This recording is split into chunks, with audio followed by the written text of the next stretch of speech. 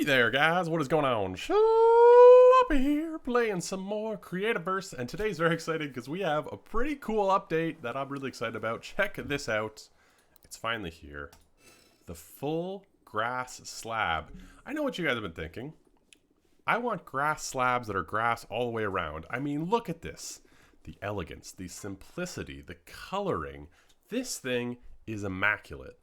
I know it. You know it. Let's paint it. Why don't we paint it? Let's paint it a nice, lovely orange. Ooh. It is a lovely block. But even bigger than that, we got villagers this update, which is really cool. I'm actually really excited about this. I'm not fully sure how you get them in non-creative mode. I sort of spawn these guys in creative mode. But they're really unique. They're really interesting. I think they'll be really fun for making worlds feel a lot more alive, maybe making adventures. But you can see they actually speak to you. You can give them voice lines, and they all get controlled by this little villager block right here, which you might recognize. It looks a lot like sort of the traditional spawners we have in the game. But if you go over here, you click N with a wiring tool, it brings up the villager menu, and there's a bunch of different things you can do. You can give them a name. You can customize their appearance. There's all sorts of different things. You can also use any of the... I guess you guys can see, you can use any of the things that you could purchase in the store. There's a few different outfits, you know. If you're into that, you can change the color, you could change their eyes, their hair, basically all the customization tools. I'm speaking too fast, I have to breathe. All the customization tools you have for your own character, you can use with these guys. So you can get really creative with them, which is very cool.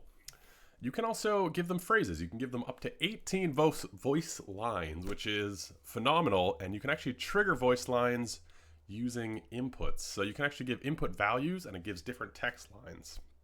So if you wanted to, you can hook it up to a bunch of machines, depending on what actions the player takes. Depending on what actions the player takes, it could give different voice lines. So you can get really customizable with this. You could program a whole sort of RPG type thing with these people, with these villagers people. Do they have rights? Can they vote? I don't know. We don't really know that much about them. Are they half humans like in Watchmen on the planet? I don't want to spoil anything. What an amazing show. Ugh. Anyway, they have a bunch of really cool attributes. I'm not fully sure what they do all together yet because I've only been playing with them a little bit and I wanted to share this with you guys. But yeah, you can customize the name, their appearance. You can give them a mood, a wander percent, and a message, and you can change the dialogue style as well. There's also archetypes, which we'll talk about in a little bit, but basically there's different types of villagers that have different jobs. There's a talker, which is, I guess, sort of like this one. Right now we don't have any of them. You actually have to go out and collect them in the world. So right now they don't have a job. There's a talker who you can give lines of dialogue and they respond. There's a miner who will actually go out and mine ores for you. There's a logger who will cut down trees for you. There's a chef who will cook for you, and a researcher who will get you lore items like the forgotten notes and the chips. So 5 different villager jobs, and I think this guy, yeah, Dave. Dave, I gave a few different voice lines, and yeah, you can see I'm not fully sure how he randomizes them, but you can get a few different voice lines on different characters.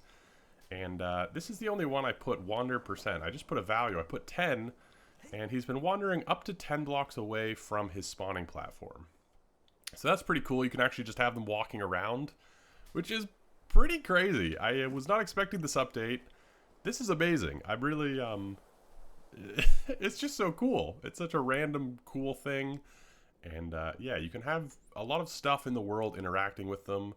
And, you know, we just got a pretty big update in terms of, like, loot chests and different things, so there's a lot of opportunity for some really unique adventures now. Anyway, I mentioned the jobs earlier, so there's a few different things you have to do to unlock the jobs. So I'm going to try doing some of them now. I do want to get this video up today, so I'm not sure if I'll be able to unlock all the jobs. Basically, you can upgrade them yourself. You can find treasure chests that have villager upgrade chips in them, and then you can upgrade them yourself, or you can find villagers in the wild in specific biomes. So the talker are these guys. You just select none from that job drop-down menu. You have to press N on this base plate, by the way. So none is the talker. The miner you can upgrade, or he spawns in stalactite caves. The logger spawns in elderwood forests. The chef spawns in Desert Oasis, and the researcher can only be unlocked via the villager upgrade kits. So, I did want to go up here. There's a few new things. You can buy the programmable villagers in the store. You can spawn them in using the creator mode, their creative mode. So you can spawn them in that way. You don't have to buy them. I'm not sure why you would buy them. I don't know if you have to be pro to use creator mode. Sorry, I'm not fully sure. But there are some villager hats and a new trainer suit, which I guess we'll unlock for free. Yay! But yeah, there is some new stuff in the store. Anyway, I'm going to go try and find some of these villager chips so I can show you guys, and hopefully we can check out some of the new villagers. I found one! I got the Unlock the Logger. I went to a taiga biome, I found a logger. Ever since I tried to chop down all their homes, a crew of bad baby leafies has been harassing me. They're babies, but there's something very intimidating about them. Did you take care of this squad for me? Okay, I'm supposed to take out...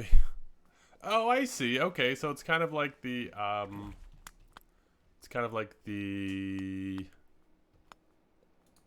what do you call it? The,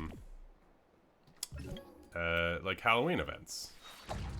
So what happens if I win? What happens if I win? I'm sorry if this is very loud.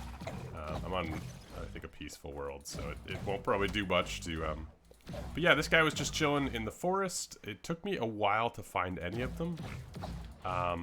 It did take me quite a while to find any of them. So that was sort of, yeah, it did take me a while to find any of them, so I think they are pretty rare, which is kind of cool. Anyway, that was easy, but it's also on creative. Or it's on peaceful. So this is the villager upgrade, programmable villager. So it looks like you get a villager if you beat one. So that, I guess, makes sense. So if you just go around the world, you can get them if you don't want to pay for them. So let's, villager upgrade unlocked. You showed that boss. Who's the boss? Yes, I did. I'm going to change you to a logger. Let's put 100% 10. So, yeah, I'm not really sure how this works, but that's how you find the different types, I suppose. He set me up near lots of your favorite kind of trees. You'll have more logs than you can shake a stick at. Okay, I'm not sure if I have to give him a chest. Let's find out. Yeah, I'm going to put a chest next to him and just chill in this area and see if he does anything. But yeah, this will be cool if we have like an automated way to have something mine and chop for you. That would be very cool. So, very short while later, I just clicked F on him, and he actually has a ton of stuff in his inventory already. So I think these guys work like crazy quickly. But yeah, now I can't press F on him. I think if I gave him like a speech, he would give it to me now. But yeah, that's really quick. Look at that. We got leaves, we got elderwood, we got flowers, and beeswax. So this is very useful. We didn't use the chest. We just had to click on him and take the inventory ourselves. But that is awesome. That is super cool. Yeah.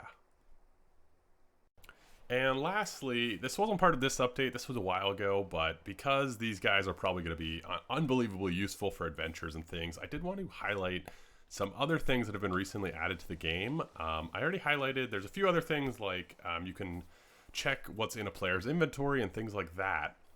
So there's a ton of stuff that's just made making adventures unbelievably cool, but these three I haven't sort of looked at in any recent videos. So I just wanted to sort of make you guys aware of them in case you are interested. One of them is a random number generator, in which you can sort of give a min, max, and a trigger, and then it outputs a signal. So that's really useful if you wanted to sort of give a random chance of something happening. You know, there's a lot of different instances of why you'd use that. You know, some sort of like lottery system, you know, people can maybe have one chance to roll a dice, and if you get, you know, a number above X, they get some sort of reward. So that's a really cool thing. They also have a memory gate. This will actually store a value, which is pretty cool. So if you wanted to save somebody's progress while they do something else. You could do something like that. A lot of these, I think people who understand like computer coding could do some pretty amazing things. I'm not that good at it. I'm trying to learn Python right now for work, but anyway. And the last one is a math gate, which, as you can imagine, gives you the option to compare two inputs, do some sort of math stuff with them, and then give it a send.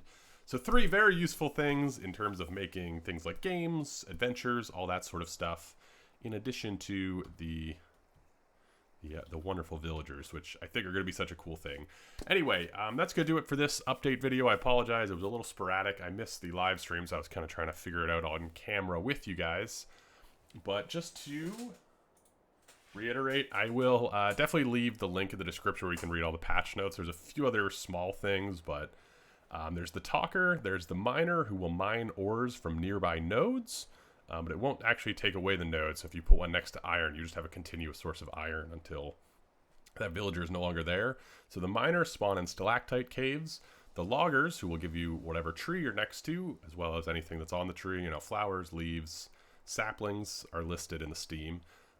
So like this guy, he's giving us elderwood because he's next to elderwood, but you could, you know, get all the different types of wood. They're found in taiga biomes. The chef gives you delicious dishes. They're found in desert oases. And there's a researcher who you have to find in the treasure chest, where you can also find the villager upgrade chips to unlock these jobs. Whew. Anyway, that was a mouthful. A little bit of a summary. If you guys have any questions, leave them down in the comments below. I'm going to play with this update a little bit more. Hopefully I can help answer, or other people in the community. But yeah, let me know what you think of this update. I'm really excited about it. I'm very eager to play with it more. And I hope you guys like this video as well. I will see you guys in the next one. Ciao!